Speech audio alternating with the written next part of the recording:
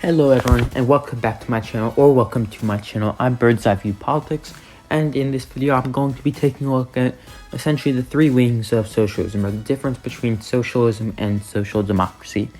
So what are the three wings exactly? Well, socialism can be many things. The main three wings, of course, are communism, where the government owns everything, similar wages for everyone, usually dictatorship. There's democratic socialism, where everyone makes the same amount of money, or close to, and the government owns major parts of society. However, it is democratic, so it can be voted out and into power. In social democracy, wages are close, but there is still motivation to do better elements of capitalism, and the government still owns some sectors like healthcare, but there's a lot of emphasis on private business, and it's considered the reformist wing of socialism or capitalism, usually by the opposing ideology. So capitalists would say it's the reformist wing of socialism, and socialists, of course, like Lenin and Stalin, would have considered social democracy the reformist wing of capitalism.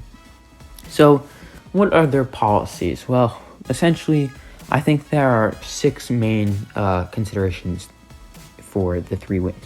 On democracy, of course, communism says no, democratic socialism and social democracy say yes. Government ownership of life necessities, such as healthcare, is for all three is an emphatic yes. And even some countries such as the United Kingdom, who currently have conservatives in power, still have national health insurance. Much of the Western world outside the United States does. Government ownership of business. So this is an interesting one. Communism is yes, as in they would like the government to own everything, of course. Democratic socialism is some. They would like, of course, government to own some businesses. Maybe they own renewable energy businesses, but not all of them. And social democracy is no, the government should probably be staying out of that, but the government, of course, should own the life necessities. Another thing to consider is the pace of change. Communism, of course, is fast and quick, immediate almost. Democratic socialism is medium. They want the change and they want it now, but they're willing to wait 5, 10, 15 years to get it. And social democracy, of course, is a slow pace of change. Of course, they're going to slowly move towards having a national health insurance, having stuff like that. Another category is who are they willing to work with. Communism is sometimes, not always, but sometimes willing to work with democratic socialists. Democratic socialists are usually willing to work with communists and are almost always willing to work with social democrats. This is because democratic socialists essentially feel, even though they're smaller in numbers, they feel almost paternalistic towards social democrats, seeing it as almost a long-lost cousin of socialism that they believe is what socialism should be. And social democrats are, of course, willing to work with democratic socialists and left liberals or left capitalists. Another important thing is, how do you make change? So, social democracy and democratic socialism both believe in persuading the people on the right. Communism believes in persuading people on the left. So what does this mean? Well, that means that communists, when campaigning, if they're going to overturn the system through the system, essentially, they would campaign in democratic socialist areas and social democratic areas and try and convince those people to be communists, because the idea would then be the other left-wing parties, the social democrats, the democratic socialists, would be forced to work with communists. Democratic socialists believe in persuading the right, and I left that in lowercase because they believe in persuading people who are liberals, center-right maybe, and who could potentially become social democrats and even democratic socialists. And social democracy, they believe in persuading the right, capital right, because they believe in persuading everyone on the right of the political spectrum to become social democrats, of course. Because they believe persuading the left doesn't work, because they believe the left, which it probably does, gives them negotiating power in governments they try to form with the center left. And so the last thing is their region of strength. The communism, of course, strongest in the East, in states like Russia, Central Asia, Vietnam, China, North Korea. There's strong communist parties. It also can be found in some countries randomly, essentially, around the world, but for the most part, it's the East. Democratic socialism is prominent in South Central America and authoritarian Africa. States like Angola that really never had stable democracies And of course, in South Central America, countries like Brazil, potentially electing a democratic socialist, of course, Mexico, Venezuela, back when they still had a democracy, Chile, Argentina, Peru, all of these have had democratic socialist governments. And social democracy is most influential in the West and democratic Africa. States like South Africa or Tunisia, countries that have had experience with or still have democracies. And of course, the main West. There's sizable factions in the United States.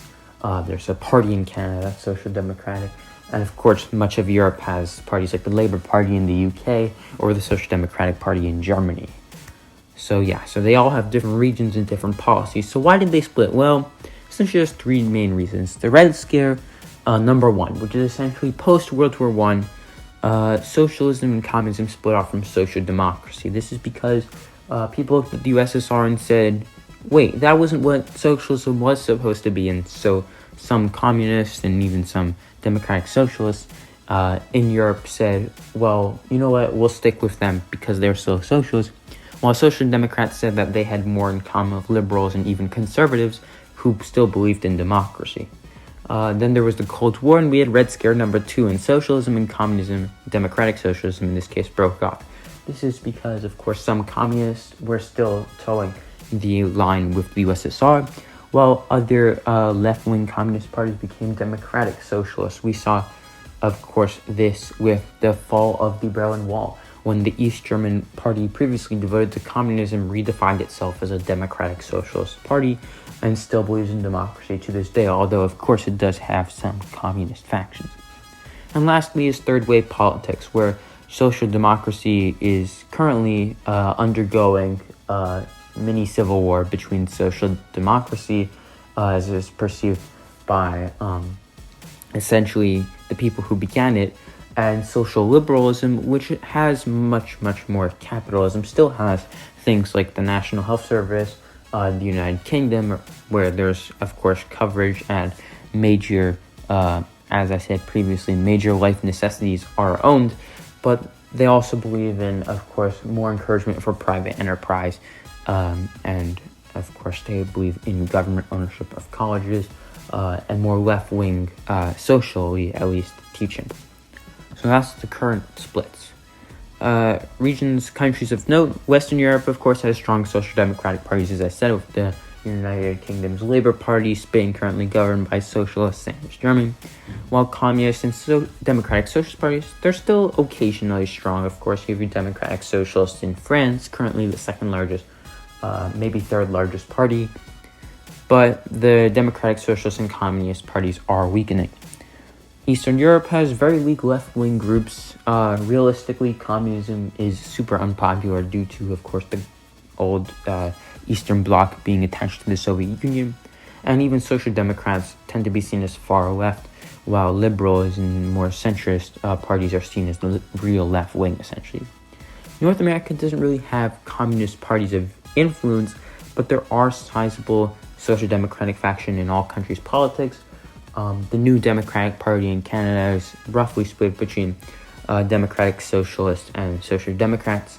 And of course, the Democratic Party in the United States has Democratic Socialists and Social Democrats as well. But in all cases, the Social Democratic factions are slightly larger. And then lastly, Latin America needs very few Social Democrats.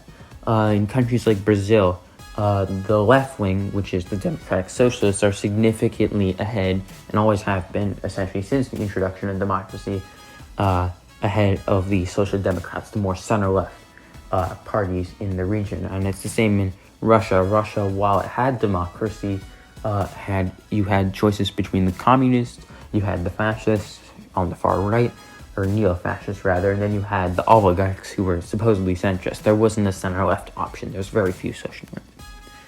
And so thank you for watching, and this is, of course, just a little picture I found online that essentially breaks it down pretty well. Social democracy and democratic socialism aren't the same thing as communism, but they can sometimes have a lot of things in common. So thank you for watching, and don't forget to like, share, and subscribe.